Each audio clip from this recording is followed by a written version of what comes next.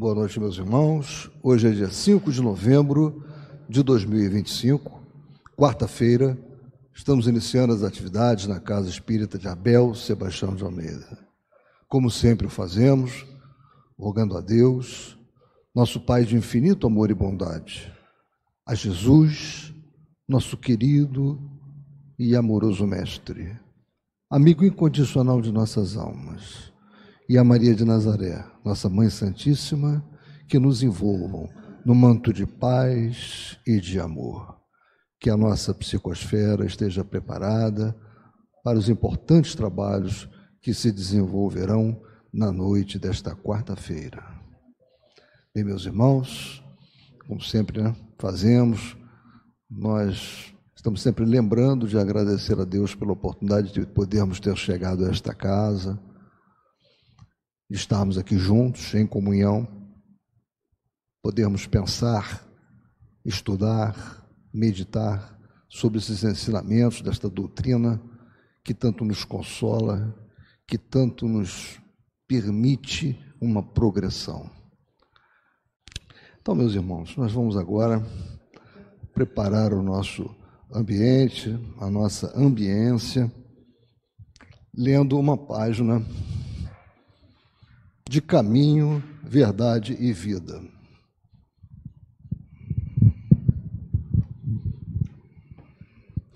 Caminho, Verdade e Vida é um livro ditado ao nosso querido Chico Xavier pelo Espírito Emmanuel. Edificações, capítulo 76. Vós sois a luz do mundo. Não se pode esconder uma cidade edificada sobre um monte. Mateus, capítulo 5, versículo 14. O Evangelho está repleto de amorosos convites para que os homens se edifiquem no exemplo do Senhor. Nem sempre os seguidores do Cristo compreendem esse grande imperativo de iluminação própria, em favor da harmonia na obra a realizar. Esmagadora percentagem de aprendizes, antes de tudo, permanece atenta à edificação dos outros, menosprezando o ensejo de alcançar os bens supremos para si.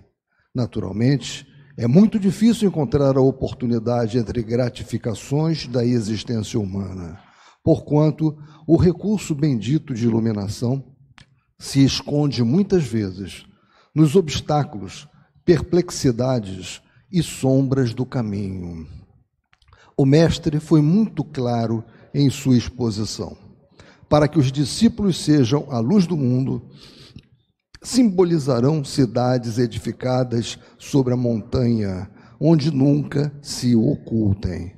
A fim de que o operário de Jesus funcione como expressão de claridade na vida, é indispensável que se eleve ao monte da exemplificação, apesar das dificuldades da subida angustiosa, apresentando-se a todos na categoria de construção cristã. Tal cometimento é imperecível. O vai-vem das paixões não derruba a edificação dessa natureza. As pedradas deixam-na intacta, e se alguém a dilacera, seus fragmentos constituem a continuidade da luz, em sublime rastilho, por toda parte, porque foi assim que os primeiros mártires do cristianismo semearam a fé. Ou seja, nenhuma ação no bem se perde. Meus irmãos, antes de nós darmos a palavra ao nosso querido irmão José Soares, que vai fazer o estudo do capítulo 19 da obra Nos Domínios da Mediunidade, eu gostaria de mostrar para você a ação e direção de Kaique Assunção. Inclusive, o nosso irmão José Soares disse que conhece o trabalho do Kaique, né? E se tiver interesse em falar alguma coisa antes do seu estudo, fique bem à vontade, meu irmão. Então está aqui. Isso será no dia 21 de novembro, sexta-feira, às 18h30, Teatro Miguel Falabella, no Norte Shopping.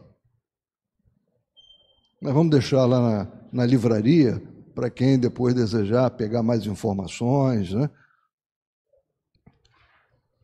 E agora, meus irmãos, vamos então prestar atenção ao nosso querido irmão José Soares, que já é um ceasiano, como ele sabe, de há muitos anos. Não é nem para dizer mais bem-vindo a essa casa, né? Porque você já é da casa, né? Pois é. Muito boa noite a todos, encarnados, desencarnados. Que as nossas primeiras palavras sejam sempre de gratidão a Deus, gratidão a Jesus, gratidão à nossa muito amada doutrina espírita.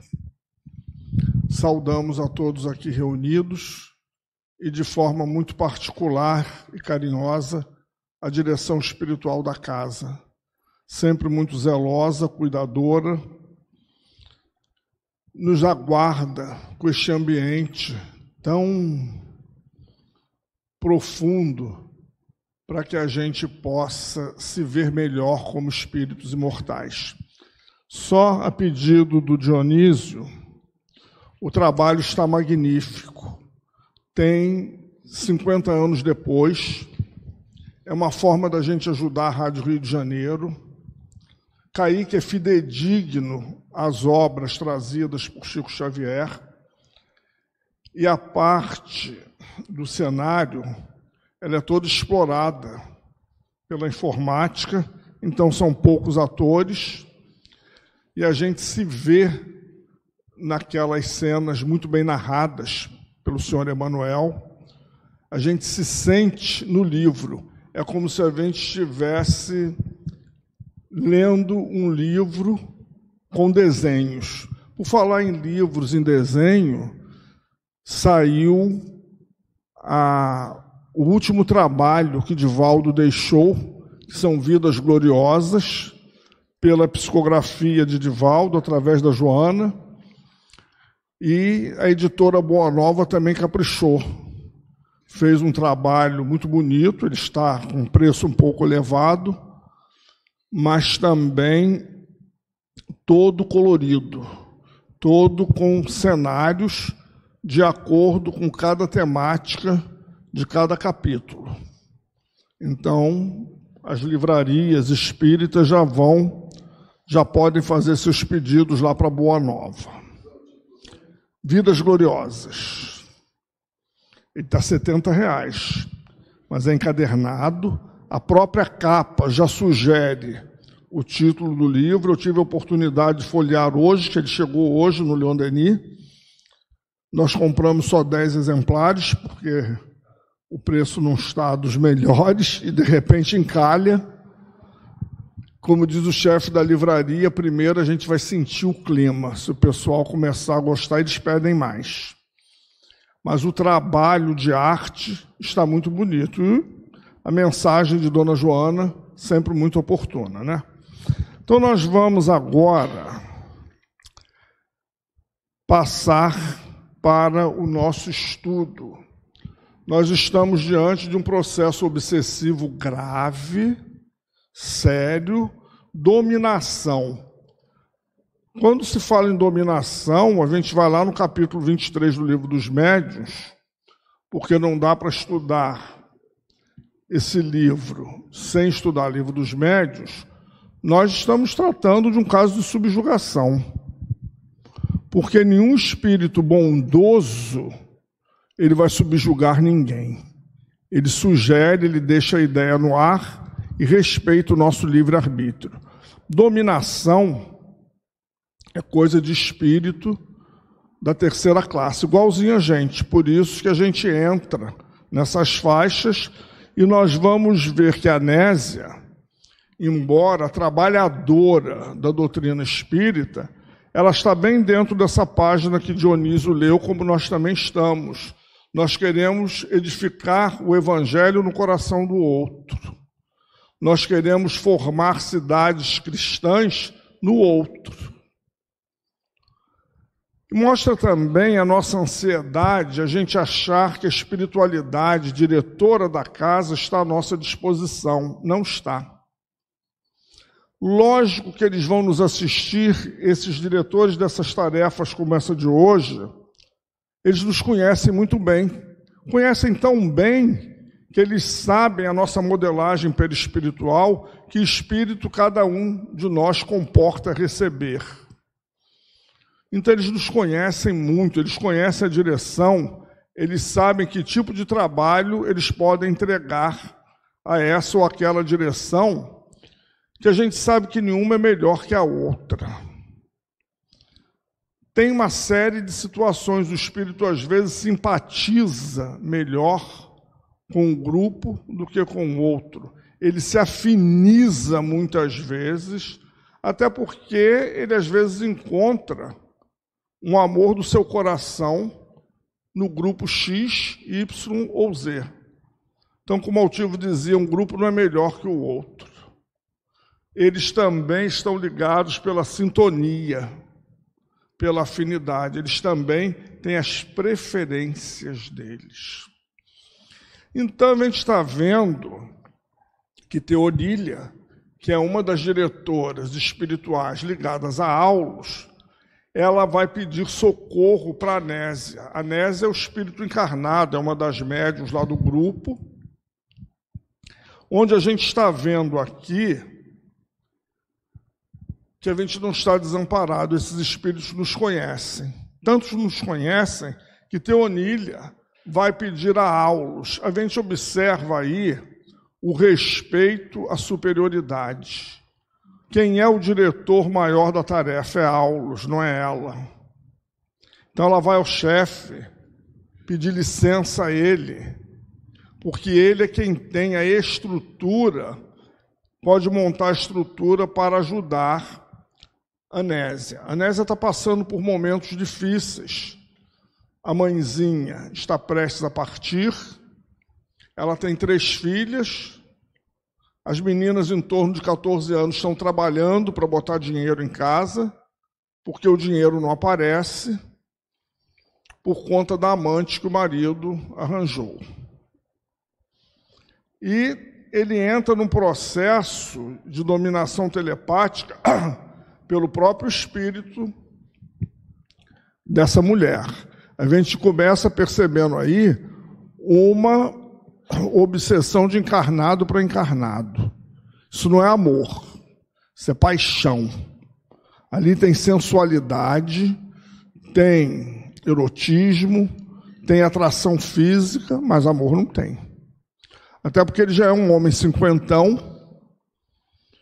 e já está numa faixa de começar a sossegar e está se comportando como um garoto de 20. E quando a mulher vai conversar com ele, ele diz para ela, isso aí não faz sentido, você está se comportando como uma garota de 20 anos. Ele é que está se comportando como o garotão. Mas ele não está sozinho nisso, como disse Paulo de Tarso, uma nuvem de testemunhas nos acompanha. Um processo obsessivo, ele não é edificado sozinho. Esses espíritos, que muitos deles nós atendemos nesse trabalho, são aliciadores. Eles deixam isso muito claro, sem o menor pudor. Eu tenho minha equipe de trabalho. Eu sei quem eu posso fazer. O espírito às vezes diz assim, eu não me sujo, eu não sujo minhas mãos. Eu mando o secretário fazer. Realmente ele não faz, ele é o mentor intelectual de um projeto, embora desastroso, mas a gente observa que ali tem toda uma estratégia. Um processo obsessivo tem uma estratégia. E o comandante, ele é como se fosse um general. Ele não vai pegar na arma e ir lá para a trincheira. Ele vai mandar o soldado. E eles dizem isso sem o menor pudor, porque o poder, ele anestesia. Então, eles se acham donos de uma situação. Então, nós estamos vendo, no primeiro momento, a postura de Teonília, o respeito à entidade superior a ela, que é Aulos. Ela não pode passar à frente dele. A gente não pode passar à frente do diretor espiritual da casa e dizer: eu decidi que a partir de hoje o trabalho funciona assim. Decidiu como? Se nós somos a parte final. A gente recebe instruções, se não receber, não sabe fazer. Então, a gente tem que se posicionar e se colocar na nossa postura. Eu sou servidor. Tem uma direção espiritual que conhece toda a estrutura. Essa direção comanda, determina, eu faço. Simples assim. Se fizer assim, vai dar certo. Por isso que essas casas sérias estão há 5, 6, 8, 10 décadas em serviço e nunca falhou.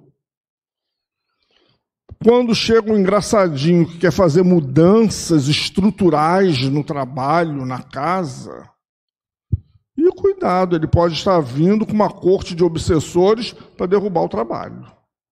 Ele pode estar sendo o médium das trevas.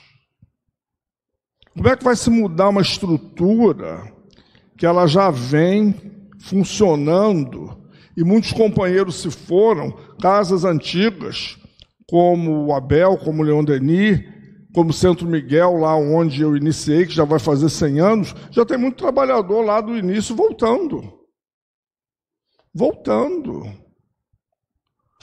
E eu creio que se eles encontrarem alguma desordem, eles vão lutar para a coisa voltar ao que era. O Altivo brincava: se a coisa não funcionar, os médios da fundação, a gente reencarna imediatamente e volta para cá.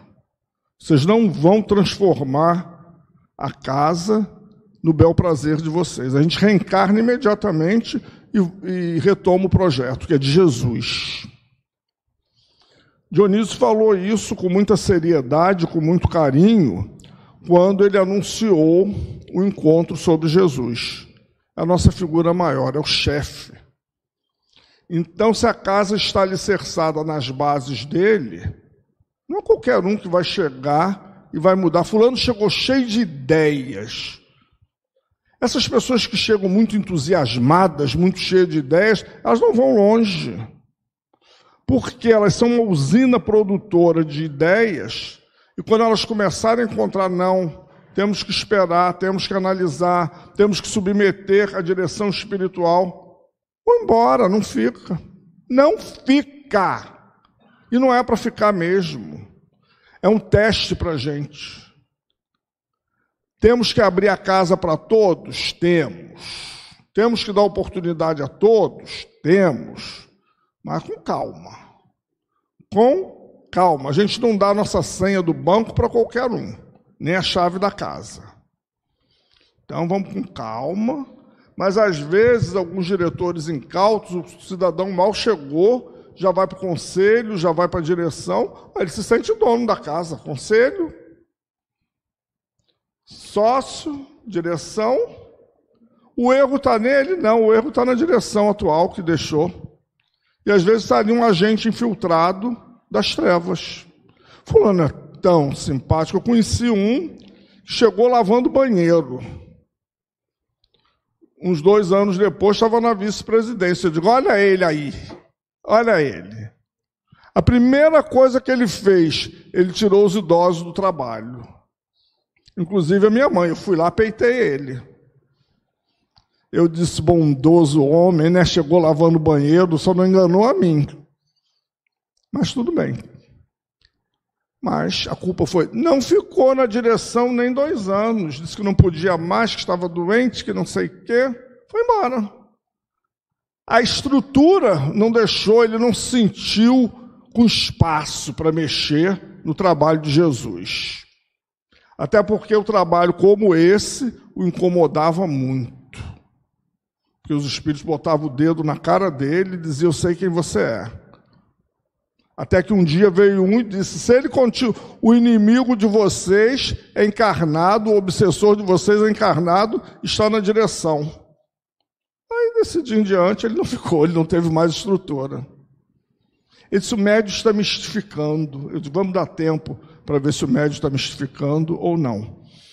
Aí, voltando aqui, ele se transformou num mísero obsidiado autêntico, com um senso de responsabilidade anestesiado. A gente observa que todo processo obsessivo, a mente fica meio conturbada. Tem que ser na mente. É a sede do pensamento, tem que dar uma anestesia logo aqui. A gente vai lá para Manuel Filomeno de Miranda e vê aquelas sedações que são feitas, algumas até bem vampirescas, porque é ali que o espírito começa tentando mudar uma ordem de pensamentos. Aí, a nossa pressa de sempre. A Nésia pergunta, não poderia Aulus interferir? Não seria justo afastar semelhante influência como se estirpa uma chaga com socorro operatório? O assistente ouviu-a com calma e falou consigo, conheço a Nésia e nela estima admirável irmã. Há meses não dispõe de oportunidade para visitá-la como venho desejando. De certo, não me negarei ao concurso fraterno. Entretanto, não será conveniente estabelecer medidas drásticas sem uma auscultação do caso em si.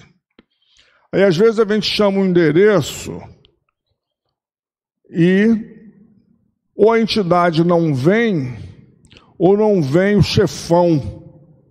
Não está na hora, não está no tempo, não teve moldagem com o médium, não teve um preparo. A gente vai ver em dramas da obsessão aquele caso que o espírito leva 6 meses, toda vez que o médium chega a casa, ela faz um conchavo mental com ele. Porque ele era um daqueles inquisidores, e se ele vem de pronto, o impacto que ele causaria ao médium. Aí, o Aulus diz a mesma coisa, ele não conhece o terreno, ele sabe que tem um processo obsessivo. Tem. Quem é esse espírito? Qual é a retaguarda dele? Qual é o material que ele tem para oferecer? Dito isto, ele precisa avaliar. Eles não sabem? Não. Sabe, porque é diretor espiritual da casa, tem que conhecer tudo que é espírito. A gente dá o endereço na mão deles. Aqui, irmão Abel, aqui, doutor Herman. Vou analisar, depois eu te dou uma resposta. Sim, vai analisar, não conhece. Vou trazer os espíritos hoje. Não vou trazer. Isso chama-se precaução, respeito. Cuidado. Eles, para saber a situação, eles têm que fazer um rastreamento. Isso leva tempo. Quando a gente coloca um nome na caixa, o socorro começa a acontecer. Por quê? Em torno da caixa tem espíritos que fazem esse rastreamento. E quando a gente capta, é como o André Luiz explica, tem uma tela aqui, que é tipo uma gaze fina, o médium de incorporação faz a leitura do que está ali. E os médios que dão sustentação vão ajudar aqueles que vão dialogar a ter a palavra firme, concisa. Ah, você me disse algo que você nem me conhece. Sim. Não conhece mesmo, tem guia. Foi o guia que disse, fala ali para ele. Foi o guia que mostrou uma tela e disse, fala para o espírito essa situação. A gente não sabe, não. A gente não sabe. Se não tiver assessoria, a gente não faz. Então, o que Aulus faz aqui, ele não está passando atestado de fraqueza. Ele está sendo muito cuidadoso, cauteloso, porque não é um processo, como ele diz aqui, de uma chaga de socorro operatório. Você chega numa emergência, o médico tem recursos com vários exames de imagem de te colocar numa sala de cirurgia 2 horas depois de te operar. É físico, está sendo visto. Todos os profissionais vão ver. Estudaram para isso, se prepararam. A gente também estudou e se preparou para isso. Mas nós somos parte final do trabalho, acabamento. Se a estrutura maior não sinalizar, a gente não faz, a gente não sabe. Às vezes treme um espírito mais assim, violento, o médico fica todo cheio de tique-tique, de tribilique. Ai, não está dando conta, cuidado, estou com medo. E com uma estrutura séria, segura. E quando ele percebe que o médico tem medo, aí mesmo que ele faz. Imagine a gente solto por aí fazendo um trabalho desse em casa. Isso, obrigado. Então, ele está sendo ameaçado pela perversa mulher, mas ele não é inocente, ele deu condições a ela. Tanto é que Aulus diz: não a classifique com semelhante adjetivação, perversa mulher. Acima de tudo, é imperioso aceitá-la por infeliz irmã. Sim, sim, concordo, exclamou Teonília, reajustando-se. Faremos quanto se nos afigure viável no círculo de nossas possibilidades. Viável por quê? Um processo obsessivo, ele é muito grave. É uma doença grave que, às vezes, numa encarnação, você não se cura dela. Tem ligações ali, tem engendramentos que muitas vezes não podem ser desligados abruptamente. Lembremos do caso da obsessão do filho do Dr. Bezerra de Menezes. O espírito disse: vai para casa que ele vai desencarnar. Ele se desliga. Mas o choque é tão profundo, eles viviam em simbiose. Então, no que for viável, você vai dando passe, vai orientando a pessoa a fazer culto no lar, dá uma tarefa para ela na casa espírita, dá uma vassoura. Agora, alguns dirigentes incautos não põem a mesa mediúnica. Um doido recebendo doido. Um médium desse se destempera, perde o controle, meia-noite a gente ainda não saiu daqui. Porque ele não tem controle das emoções para a gente que tem. Às vezes é muito difícil, a gente baqueia. Imagine uma pessoa, não que a gente seja 100% normal, que a gente não é. Mas a gente oferece alguma condição. Haja vista que muito diretor espiritual não permite determinadas pessoas em determinadas funções. A desobsessão é uma delas. Pela exigência que esse trabalho cobra de nós. Mas todo mundo quer ser médium na desobsessão, quer sentar na mesa e receber espírito.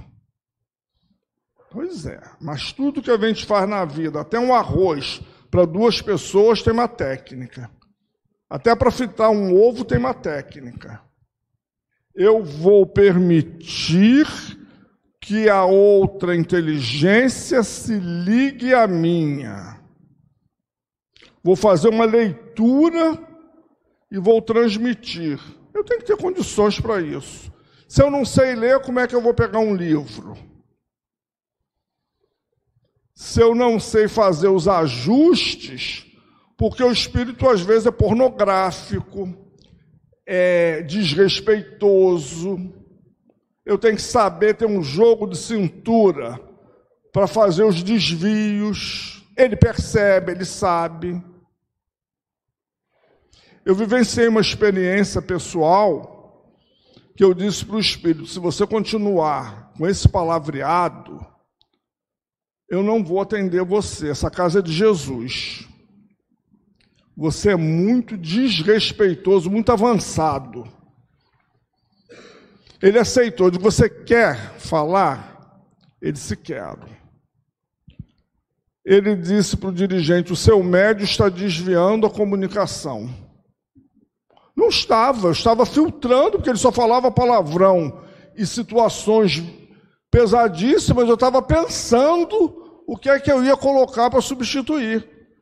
Ele me achincalhou, ele disse que você não serve, mentalmente ele disse: você não serve para mim. Eu disse, eu não estou desviando, eu estou trocando as palavras, você é muito abusado. E realmente era, por quê? Você passa uma vida inteira nesse meio, você desencarna você o mesmo. Você quer saber que é casa de Jesus? Quer.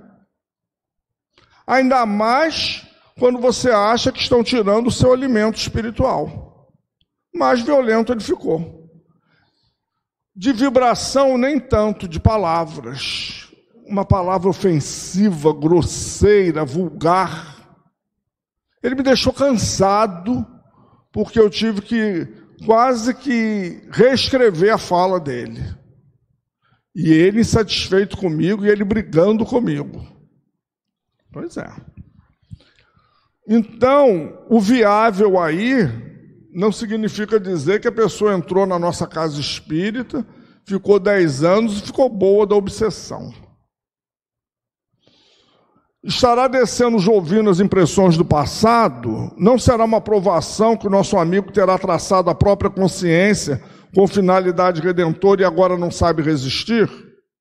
É, porque a gente faz uns passeios aí, a gente adentra na vida do outro, depois não sabe sair. Muitas pessoas acordam com processo obsessivo, é muito comum. O desprendimento do sono, acorda de manhã perturbado. E eles cansam de dizer, achei no sono. Deus me deu de presente, eu achei. Achou não, fez a sintonia, acasalou fluidicamente, somos afins, rapidinho acasala. E tem uma ligação pretérita. Pode passar mais, amigo? Obrigado. Ela expressou reconhecimento. Talvez não tenha saído muito satisfeito, igual a gente não sairia. Fui falar com o guia da casa. Não adiantou muita coisa, não, que eu acho que ele não pode fazer muita coisa. E às vezes não pode mesmo. Às vezes não vai fazer, não pode. É vetado. Eles não desrespeitam a lei, a gente desrespeita.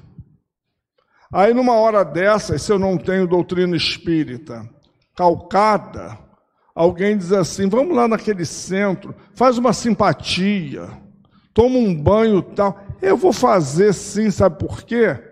O centro não está adiantando, está muito fraco, só evangelho. Minha tia tinha uma cuidadora lá pelos idos de 2007, ela era evangélica. Nessa época minha mãe nem pensava em ter Alzheimer. E ela havia sido candomblessista. Um dia ela disse para minha mãe assim, eu vou na mãe fulana. A minha mãe disse, ué, você não é evangélica do senhor? Ela disse, sou, mas a mãe fulana, a senhora tem que ver, ela é um médium. A mulher era um médium de efeitos físicos, ela não entendia. E a senhora sabe de uma coisa? Jesus é muito demorado para certas situações. Então, quando eu preciso de uma coisa firme, é a mãe fulana. Jesus é para aquelas coisas assim do dia a dia. A minha mãe disse, minha filha encerrou o assunto aqui. Aí, quando ela foi embora, eu vou discutir com uma criatura dessas? A minha mãe disse, minha filha, vai cuidar da sua doente, que a conversa acabou aqui. Jesus é muito fraco para certas situações. Pois é. E aí? O que a gente diz? E tem muito médium espírita, não está muito longe, não. Indo às nossas casas espíritas e indo lá consultar os seus... Ora que não vai. Nós tivemos um caso de uma criatura que ela foi espírita, como a gente, ela foi se consultar lá numa gira, teve que tirar o sapato. Quando foi na hora de sair, ela se deu conta, e se alguém do centro estiver por aqui, não sei o quê, quando ela viu, ela estava na rua, altas horas da noite, naquela época podia, um pé com a sandália, o outro ficou lá, que ela não voltou para pegar. Mas ela só se deu conta quando ela entrou lá no terreiro, podia ter alguém do centro. Podia ter assim, ó. Tranquilo, tranquilíssimo. E ela foi lá. Ela foi, pois é. Tivemos um caso muito sério, muito grave. Não é brincadeira não, gente. A criatura passava sempre num bairro aí, lá pro lado de Jacarepaguá, e tinha uma senhora, a mãe fulana. E ela dizia, eu tenho uma vontade de conhecer a mãe fulana. Aí um dia, ao invés dela ir para a desobsessão, ela disse, lá tem tanto médium, eu não vou fazer falta. Eu vou à mãe fulana. Quando ela bateu na porta, olha o processo obsessivo. Médium de estudo. A criatura abriu a porta e disse, minha filha, eu te espero há tanto tempo. Ela logo disse, meu Deus, que médium é esse? Pois é. Fez inúmeras confissões que jamais uma casa como a nossa faria. Resumo da ópera. Acabou com o casamento dela, arranjou uma amante para o marido, acabou com a integridade dela, um processo obsessivo, e ela um dia volta para casa. O altivo disse, é de se admirar. Como você foi boba, né?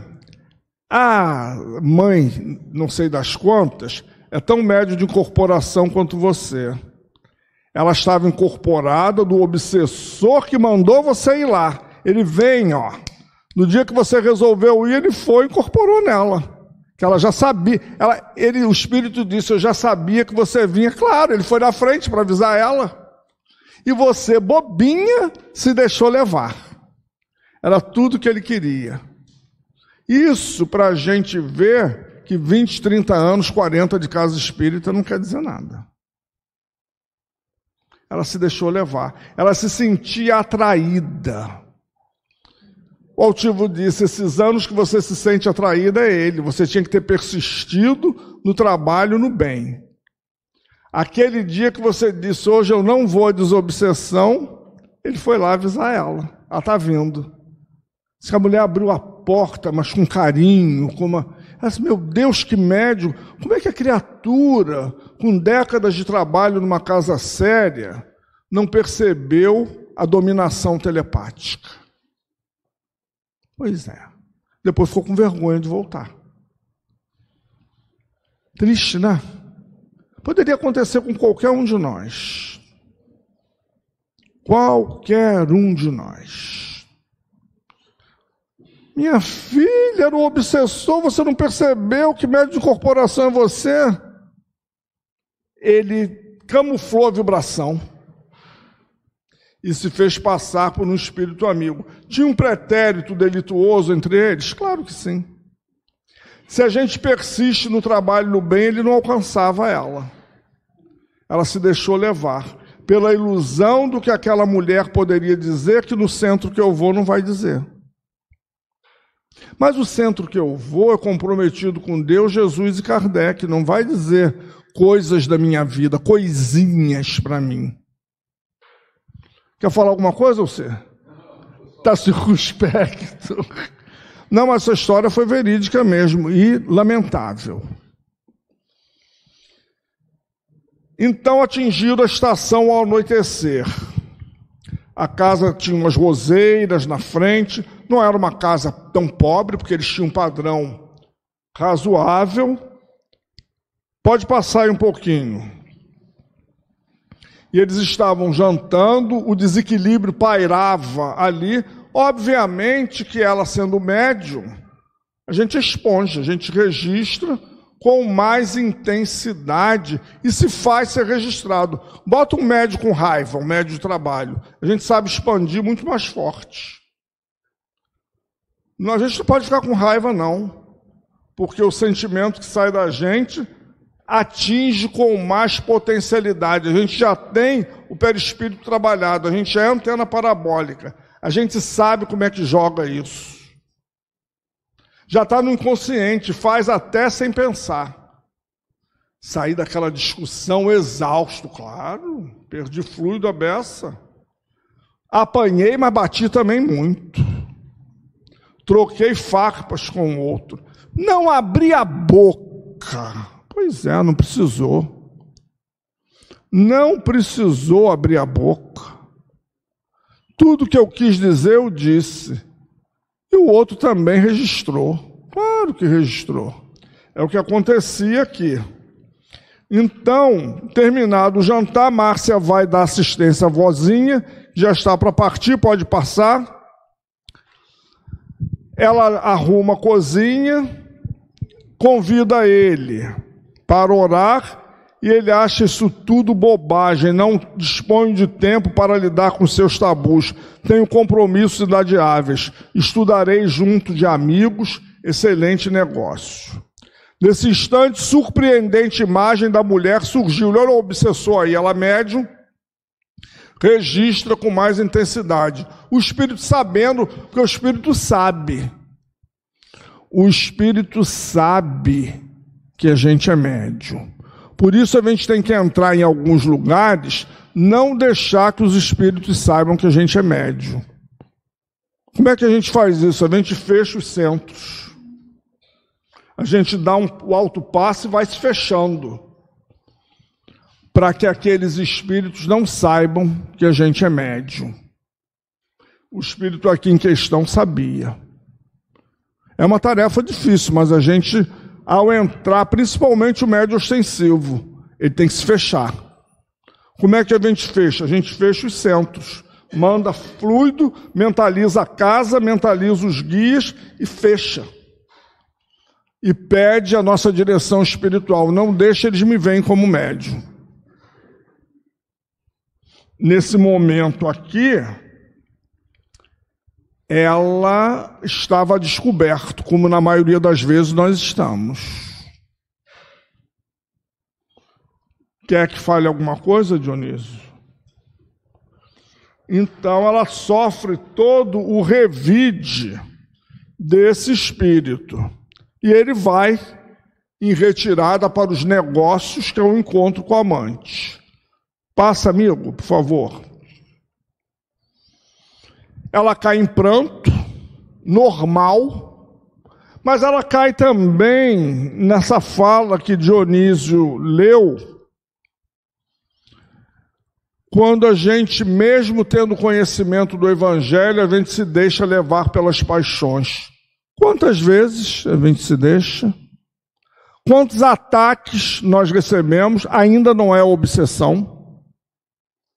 Lembrando que na gente é mais fácil. Primeiro que eles querem aqueles que estão tentando se reerguer. Tentando. Estamos fazendo um exercício hercúleo. Ponto. Segundo, a gente tem no perispírito as habilidades mediúnicas. Para mexer nisso é mais fácil.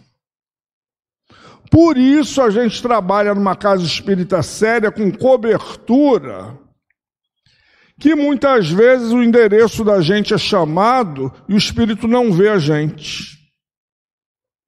A gente fala do nosso endereço como desconhecido. O guia isolou, não deixou ele ver a gente. É apenas um médium transmitindo, mas essa casa tem que ser séria. A companheira outro dia disse que vivenciou essa experiência. Ela disse, meu Deus, o endereço lá de casa. Estou na chuva, vou me molhar. Aí o espírito não me viu, gente. Ele viu um médium para transmitir. Ele não viu que era eu. Ele falou das coisas lá de casa sem se referir a mim. Isso é bondade da espiritualidade. Se ele vê a gente, fica mais difícil. Até porque o nosso campo abre, a gente facilita, a gente entra inconscientemente numa discussão mental com ele. Você está lá em casa, você está me perturbando.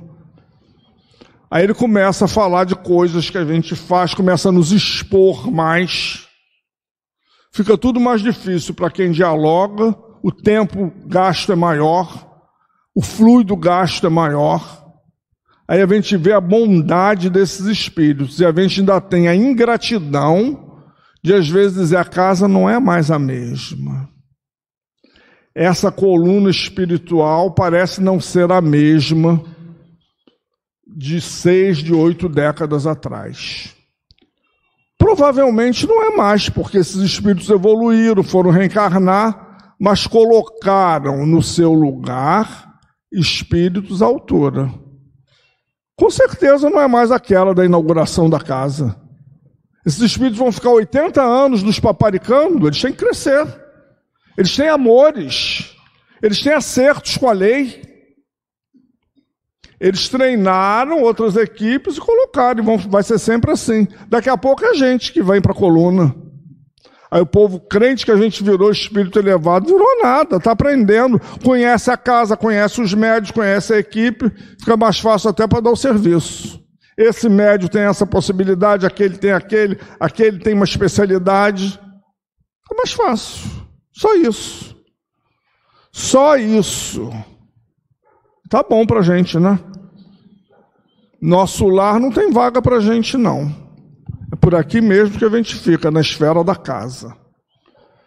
E se desencarnar pensando na direção espiritual, me busca, me leva para lá. Eles trazem a gente para cá.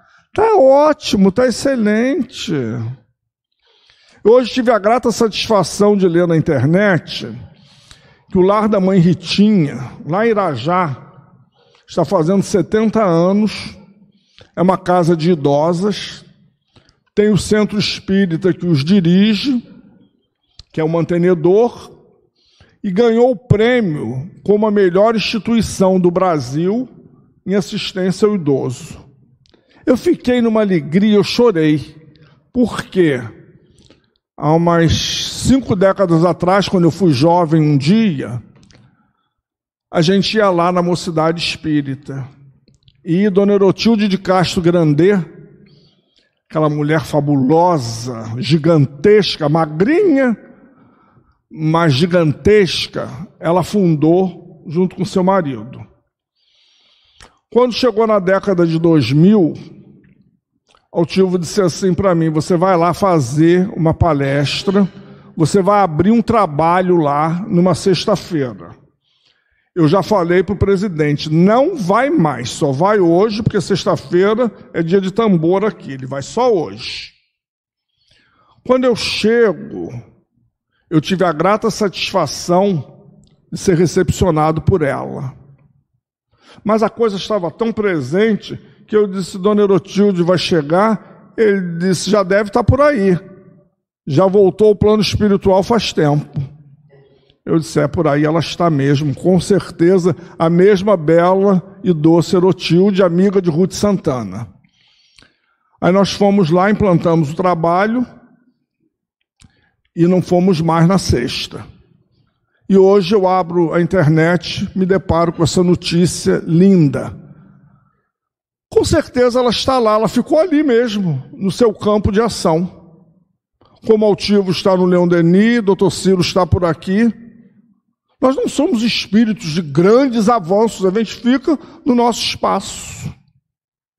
E talvez nem sempre com a direção, porque tem um outro mais elevado, a gente se submete a eles. Mas eu fiquei numa alegria muito grande, porque ela deu muito apoio à Mocidade Espírita, ela sempre foi uma guerreira, e ela agora está vendo o trabalho dela, o marido oficial do Exército, dedicar a vida, não tinham filhos, inclusive patrimônio, àquela instituição. A gente fica feliz, né? De ver o trabalho. Eu fiquei pensando, meu Deus, Dona Erotilde deve estar numa alegria muito grande. Parece que eu estava vendo ela andando por ali, com aquele jeitinho, uma mulher sempre muito vaidosa, bem arrumada, magra, ela dava uns passos longos. Eu disse: agora mais do que nunca ela volita, né? Então, Jovino vai reaparecer ao redor da esposa triste. E tem um pedaço que ela chama o espírito, passa aí um pouquinho, amigo, de boneca perversa. Gente, é assim mesmo. A gente briga com os nossos obsessores, quando eles perturbam muito. No primeiro momento, a gente nem sempre faz a prece. Sai daqui, bota meu nome no centro, chama esse espírito. E ele não vem aquele dia, não está em condições. Mas a gente sente uma calma no ambiente. Pode subir um pouquinho mais. Volta para o antigo, por favor. Isso, ó. Não, o próximo. Isso. Não, o outro. É o outro. Esse mesmo. Lembro-me. Isso. Refleti agora em franco desespero. Conheço-a. É uma boneca de perversidade. Claro, a gente conhece os nossos pares, comparsas do passado. Há muito tempo vem sendo um veículo de perturbação para a nossa casa. Jovino está modificado, abandona-nos. Então ela, como médium, vai monologando com o espírito. Me fez lembrar, eu passei por isso. Meu pai era alcoólatra e eu tinha horror ao espírito, eu arrasava o espírito mentalmente. Um dia o espírito veio na desobsessão e disse assim, ele não gosta de mim. Ele disse isso, e eu fiquei fazendo assim que sim, porque eu dizia mesmo. Em pensar que ele foi meu amor do passado. Mentalmente eu respondi, mas agora não é mais. Some da minha casa, da minha vida, e não aparece nunca mais lá. Claro que não foi assim. Foi todo um processo longo. Meu pai desencarnou em 84, em 2001... Doutor Erma disse para mim, só falta uma coisa, o teu perdão. Você que tem que pedir perdão a ele, você e sua mãe, não ele a vocês. O alcoolismo dele foi por conta do triângulo amoroso de vocês e vocês passaram a perna nele de novo. Então quem tem que pedir perdão? Ele ou vocês? Com aquele jeito dele de paizão, mas sempre firme. Meu filho... Quem tem que pedir perdão é você, sua mãe já pediu, pede você agora. Errado aí nessa história são vocês dois e não ele. Eu disse, sim, senhor. Quem manda quem pode, obedece quem tem juízo, né? Pois é. E toda uma história nos foi através da mediunidade, sempre com o mesmo médium. Interessante. E foram 2 décadas assim. Um dia ela disse assim, eu vou me embora, não volto nunca mais, José vai ficar feliz da vida. Eu disse, com certeza, não vou nem lembrar que você existe. Depois o tempo passou, a gente se reconciliou, né? Na hora eu digo, já vai tarde, some, não verbalizei, né? Mas o espírito estava à mesa, dando comunicação, eu disse, vai mesmo, some, que você não faz falta nenhuma. Mas depois eu acabei sentindo falta, a gente sente falta de quem foi amor um dia, se digladiou, e hoje está tudo bem com a graça de Deus, com a graça da doutrina espírita. Então esse diálogo de Anésia, eu tive vários com ela. Expulsava, sai daqui, some que você não é bem-vinda. Aí um dia ela disse para mim, eu pensar que eu te amei tanto, eu disse, pois é, mas hoje eu te detesto. Por todo o estrago que você faz aqui. Não quero seu amor. Aliás, não quero nada de você. E ela dizia para mim, é duro ter que ouvir isso do grande amor da vida da gente, né? Eu dizia, pois é. E tudo se resolveu. Levou mais de 3 décadas. Então, elas assumem a posição de francas inimigas, lembranças amargas, palavras duras. Por quê? Nós somos espíritos em aprendizado. Penso que se eu tivesse vivido essa experiência de 40 anos atrás, hoje, eu teria um outro olhar, uma outra maturidade. Hoje todos se amam, são amigos, seguiram seus caminhos, e a gente está aqui, daqui a pouco está todo mundo junto, trabalhando outra vez. Quanto mais os pensamentos de revolta se dilatam, mais o desequilíbrio aumenta. Imagina quando a gente troca a posição. Esse sentimento que a gente tem nesse trabalho não é nosso, não. É potencializado pelo guia. A gente diz assim, meu Deus, eu sinto um amor, eu acolho o espírito como filho. Claro. Tem o guia ali, tem a estrutura do trabalho, tem o reforço. É fácil. Lá fora que é o problema, aqui dentro é facílimo. Mas eles potencializam algo que eles encontram em nós, eles não improvisam. A gente esquece disso, a gente tem isso em germe. O guia que vai potencializar o sentimento em mim, ele encontra em mim. Ele só multiplica ele.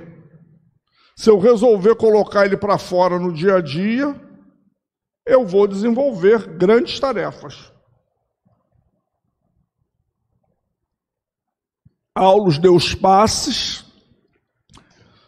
diminuiu a cessação. Jovino continua sob imperiosa dominação telepática. Por quê? A Nésia, ela tem os recursos da espiritualidade. Ele não tem nem quer ter. Então, ele está entregue ao vício e à dominação. Dominação é subjugação, não é obsessão simples, não. É gravíssima. Um fenômeno comum pode passar. Não é um fenômeno comum. Tem uma obsessão de encarnado para encarnado, um clima de perigosa obsessão, milhões de lares são comparados a trincheiras de luta, esses todos que a gente pede aqui, os nossos também, né? E poderíamos enquadrar o assunto nos domínios da mediunidade? Claro que sim. É através da mediunidade que nós vamos dar voz a esses espíritos. Eles precisam do fluido físico do médium para eles se sentirem mais à vontade, se expor mais, falar de si, das suas dores. Eles também são heróicos, porque eles nem conhecem a gente. E abre o coração, chega aqui à mesa e conta histórias de vida terríveis. Eles merecem respeito. Eles dizem assim para a gente: eu nem te conheço, nem sei quem você é. Daqui a pouco está amigo, conversando, ele contando a intimidade dele para a gente. Esse espírito merece muito respeito da nossa parte. Ele está se abrindo. Naquela hora a dor é tão profunda que ele não está preocupado em saber, será que esse cara é sério? Será que ele vai... Alguns ficam até com medo às vezes. Você vai me ajudar mesmo? Por que você quer me ajudar? Qual é a sua intenção? É a dor, gente. Ele está no meio de estranhos. Isso tem que ser levado em conta. Então, adversários ferrenhos do passado na família, chamados ao reajuste, aversão que precisa ser superada, uns à frente dos outros. Nos alimentamos com paixões do passado, raios tóxicos de antipatia, transformados em venenos magnéticos, suscetíveis de provocar a enfermidade e a morte. Quantas pessoas a gente vê aqui nos pedidos vampirizadas e que talvez fique difícil desligar aquele processo. Quando a gente vai na visita fraterna aos lares, a gente vê, às vezes, algumas situações que é obsessão pura, e não dá para meter a mão ali. É passe, evangelho e dissipar um pouco daquela situação para poder ajudar o espírito a partir. Uma vez, só para concluir, nós fomos fazer uma visita, a cama ficava embaixo da janela e o espírito ficava debruçado. Dizia, como é que é? Vamos ou não vamos? E a criatura se debatia. Com certeza que ele registrava isso. Eu registrei como médium, o espírito começou a recuar porque viu a gente, ele se acalmou. Tipo, ele se escondeu da gente. É a hora que a gente pôde envolvê-lo nas vibrações de Maria. O pensamento exterioriza, se projeta, se formando imagens e sugestões que arremessa sobre objetivos que se propõe a atingir. Agora, qual é a qualidade deles? A gente que vai dar. A química mental vive na base de todas as transformações. É uma química. Fluido, magnetismo, ideias, pensamentos. Se fosse formar uma tabela periódica, teria inúmeros elementos, igual aquela de Mendeleev. E a gente evolui em comunhão telepática. Evolui em comunhão telepática, se obsedia em comunhão telepática, troca em comunhão telepática. Encarnados ou desencarnados que se afinam. Tudo na lei da afinidade e sintonia. Para terminar, vamos terminar com a mensagem de Jesus, né? Por isso mesmo, Cristo aconselhava-nos O amor aos adversários. Olha o capítulo 12 aí, o mais difícil. O auxílio aos que nos perseguem, a oração pelos que nos caluniam, como atitude indispensável à garantia de nossa paz e de nossa vitória. Vigilância e oração, culto no lar e melhora de ideias, né? Senão não adianta nada. Passes, baldes de água fluidificada e não tem mudança, não vai ter nada. Né, Nelly? Nelly está me olhando arregalada. Gente, é por aí. Então, fiquem na paz do Senhor Jesus, um bom trabalho. E realmente a liderança é toda dele, senão não vai.